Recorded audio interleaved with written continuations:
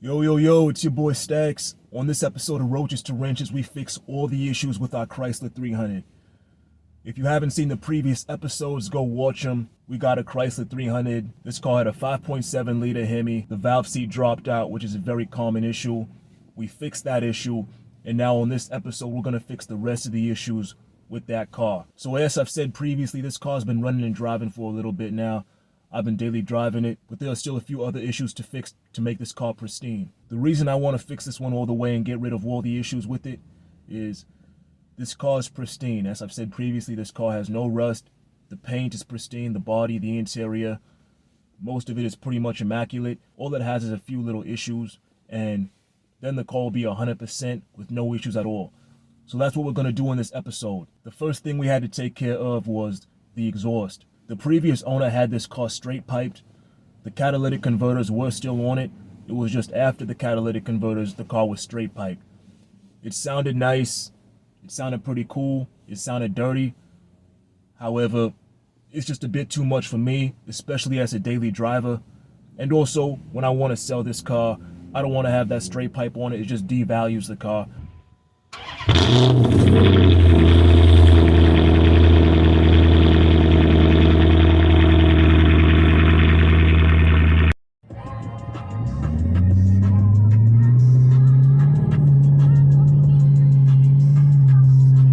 Yo, yo, yo.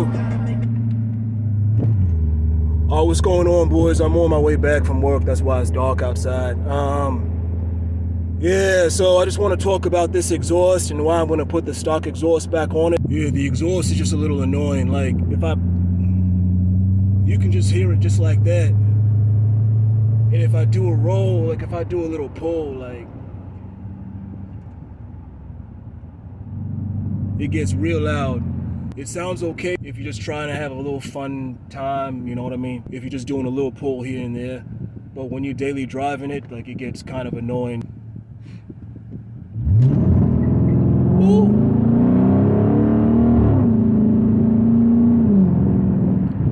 Yeah, so I mean, this car's not super powerful. It is a V8, but it's a heavy car, so, you know, it doesn't pull super hard, but there's nothing wrong with the car. The thing about a straight pipe V8 car that sounds kind of nice, you're gonna get bad gas mileage just because that sound, like, I put my foot to the floor every time. You're gonna end up getting bad gas mileage because of that. You know what I mean? So we found a Chrysler at the junkyard with a stock exhaust, took that off, put it on this car. It was actually a bit of a struggle, not gonna lie.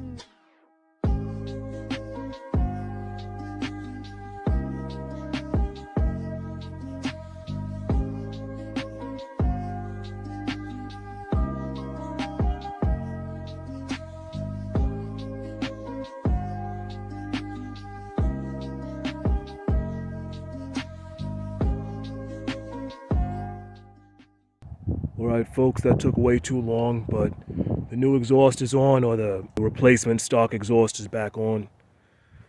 Got that off. I guess I'm going to sell that, recoup some of our money, and yeah, let's start this up. Hopefully there are no leaks, see how it sounds.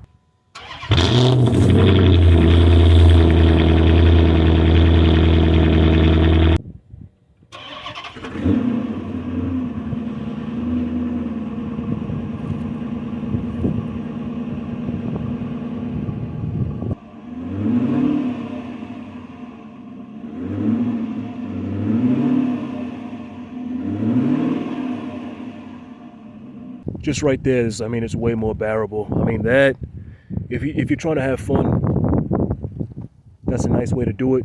But after a while, especially when you're daily driving it, or you just woke up in the morning, you hop in the car and it's just loud, you know what I'm saying? Or you just want some peace and quiet. It's also a lot easier to sell a car with the stock exhaust. I know from first-hand experience, trying to sell a car with a loud exhaust, it never works out well. So as of now, this car is pretty much all back to stock, everything, no stickers, no nothing on it. Everything is pretty much mint.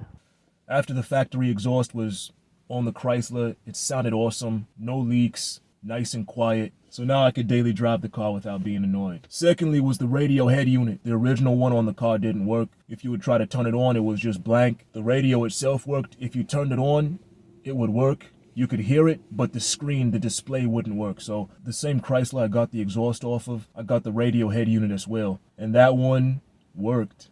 All right, guys, one thing I want to take care of is this radio, this head unit. As you can see, when you try to turn it on, the radio comes on, but the display don't work. What I did was I went to the junkyard. I picked up this head unit out of a Chrysler 300 also. This one came out of a 2005. It looks exactly the same as this one, so I hope it's compatible. But what I do hope for more is that this one actually works, because this one doesn't work. Apparently it's a common issue, so if this one doesn't work, I'm not going to be too bent out of shape about it. So let's try putting this one in, see if it works. If it does work, I'll be so excited.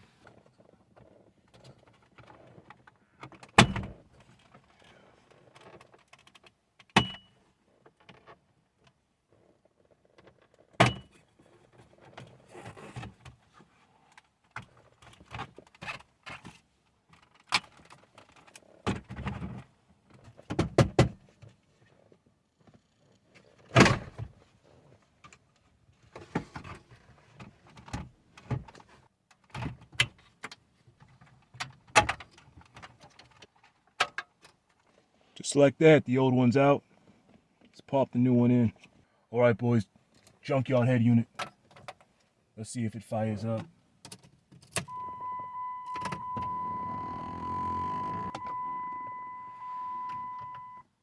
Oh, no. Okay. Yeah, that's what I'm talking about.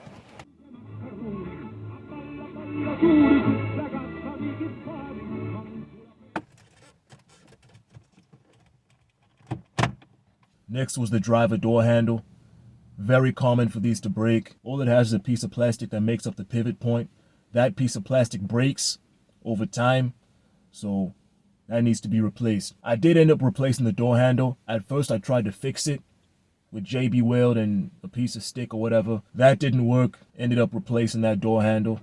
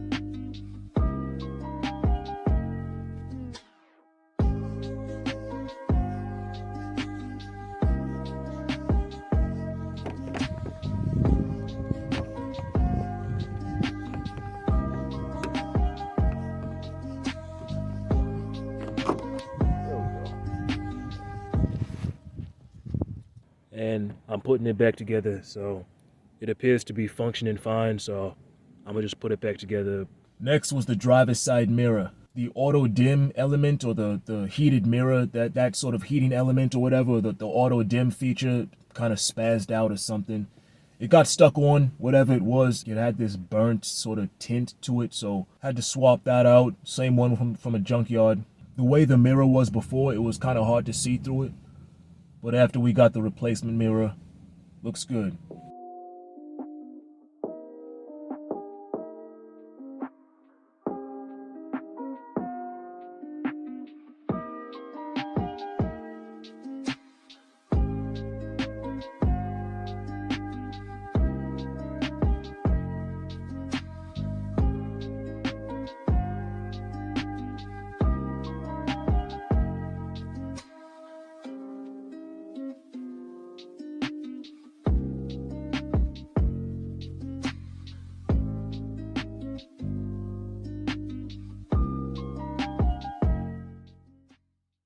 Now the last of the easy things to replace were the hood struts and the deck lid struts. We got those ones off of Chrysler at the junkyard. The hood struts and the trunk lid struts off our car were completely shot. They were so bad I could just move them with my hand. The ones we got at the junkyard, they seem to have been replaced already on that car, so I took those off.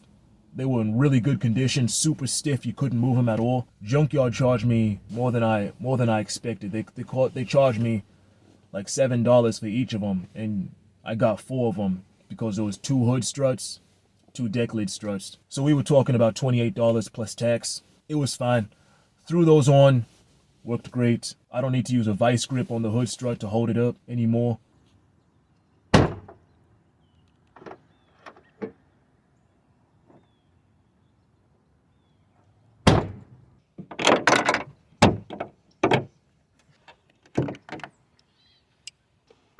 Yep, that's gone.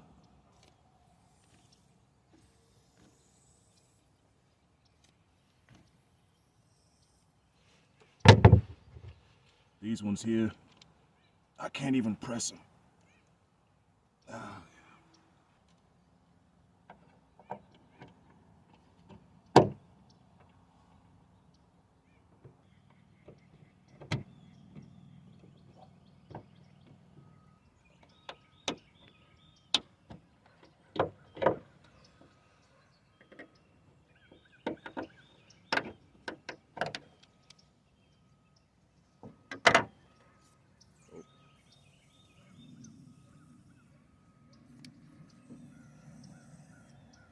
Here's our replacement. Ooh, yeah. I can't even push it at all. Same thing.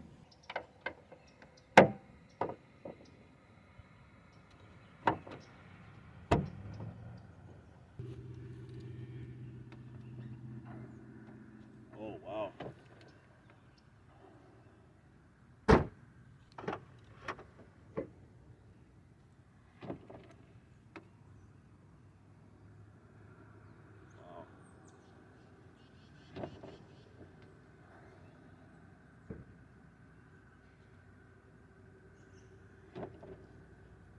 Much better.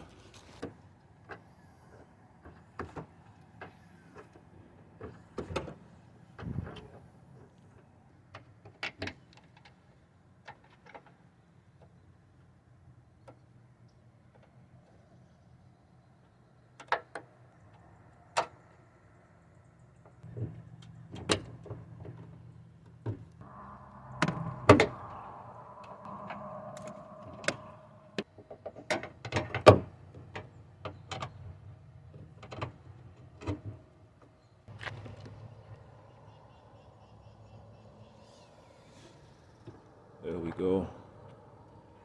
Y'all see that? No more having to use vice grips.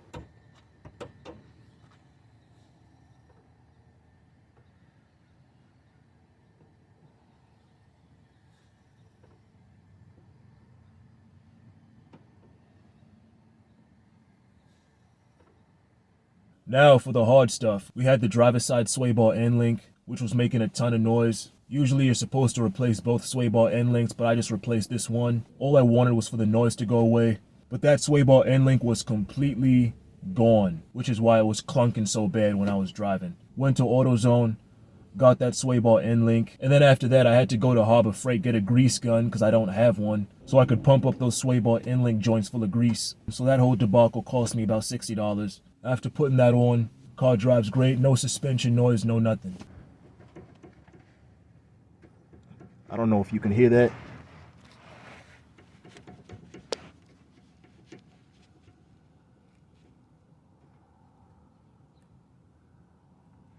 You can see it too.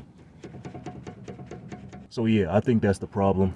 Everything else seems to be nice and tight. The sway bar bushings, everything is intact. The oil pan is not leaking, by the way. I did reuse that oil pan gasket. It's not leaking at all. Everything is clean down here. Everything's looking good.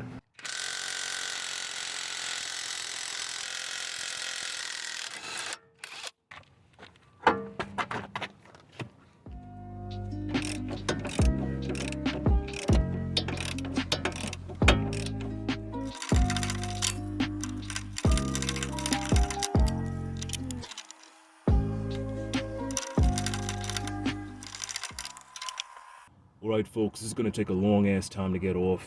I can already see it, so I'll get back to you in a bit. Okay, I got it off finally. I had to wait until the battery on the impact wrench charged up a little bit. But I think, yeah, here we go. It's off.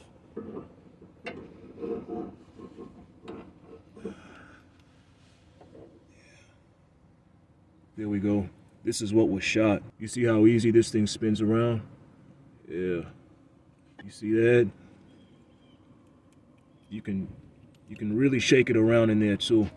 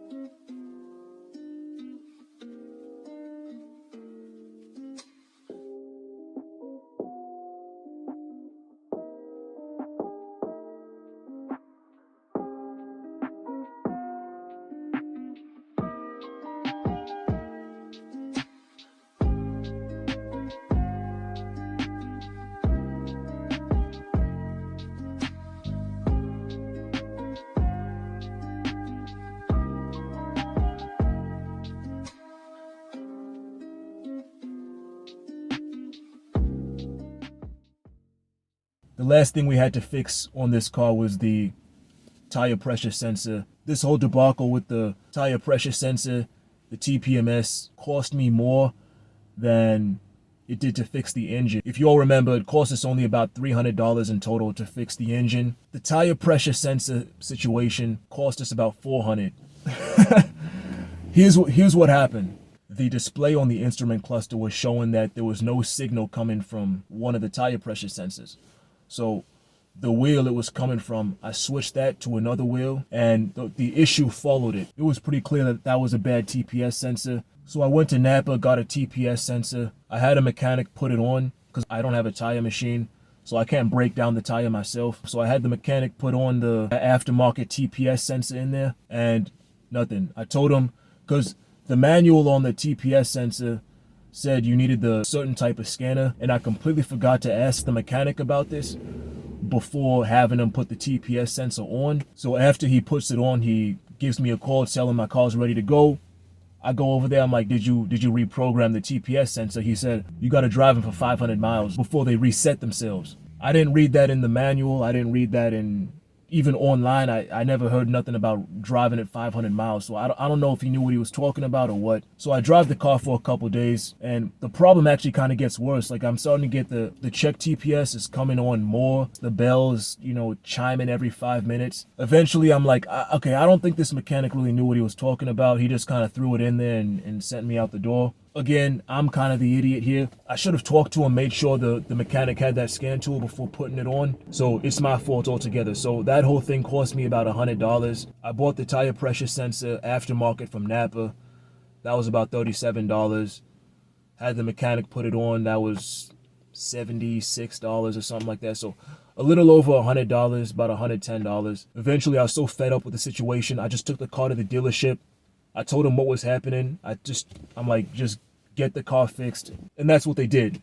Cost me $300. They took the aftermarket tire pressure sensor back off, put a brand new OEM sensor in there. They handed me the keys and I got back in the car, no issues whatsoever. I paid the dealership just over $300 to fix that issue. I know a lot of people knock on dealerships, and to be honest, I get it. They charge a lot of money. And me personally, like, I'd rather not spend money if I don't have to. But whenever I do take a car to a dealership, it's usually something like technical that needs to be reprogrammed, or if I need a certain part or whatever. And, you know, I'm never disappointed with the quality of service. Yeah, the car's all good to go now. So that whole thing cost me about $400, the whole situation. The whole thing cost a little more than I wanted, but at least the car's fixed now. Man, I cannot express enough how flawlessly this car runs and drives. Also, the exhaust, putting the factory exhaust back on it was just made all the difference. This car is just so smooth. Rides like you're on a cloud. There's nothing wrong with the engine, no check engine light, no nothing.